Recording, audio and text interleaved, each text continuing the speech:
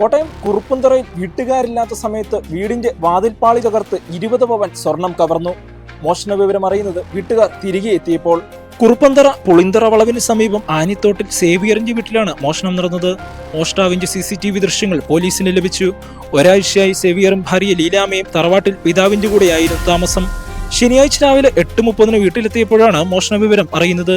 വീടിന്റെ മുൻവശത്തെ വാതിലിന്റെ പാളി കുത്തിപ്പൊളിച്ചാണ് മോഷ്ടാവ് അകത്ത് പ്രവേശിച്ചത്. വീടിനുള്ളിൽ കിടന്ന മോഷ്ടാവ് മുറികളിലെ അലമാരിയിലുണ്ടായിരുന്ന വസ്ത്രങ്ങളും മറ്റും വാരി വലിച്ച് വിതറി. സ്വർണം വെച്ചിരുന്ന അലമാരിയുടെ താക്കോൽ വീടിനുള്ളിൽ തന്നെയായിരുന്നു സൂക്ഷിച്ചിരുന്നത്. മോഷ്ടാവ് ഈ താക്കോൽ ഉപയോഗിച്ചാണ് അലമാര തുറന്നത്. 20 പവനോളം സ്വർണമാണ് മോഷണം പോയതെന്ന് സെവിയർ പറഞ്ഞു. എങ്ങനെ ഞാൻ എട്ടരയാകും വന്ന് കുളിക്കാൻ വേണ്ടി വന്നതാണ്. വന്ന് വാല് തുറന്ന് അകത്ത് കയറി കഴിഞ്ഞപ്പം ഒരു കഷ്ണം ഡോറിൻ്റെ അടന്ന് വീഴുന്ന ഒരു ശബ്ദം കേട്ടു.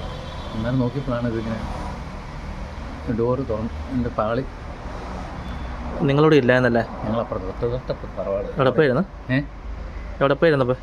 അവിടെയാണ് താമസിക്കുന്നത്. ഫാദർ മാത്രമേ ഒറ്റയ്ക്കേ ഉള്ളൂ. അതുകൊണ്ട് ഞങ്ങൾ അവിടെ താമസിക്കുകയാണ്.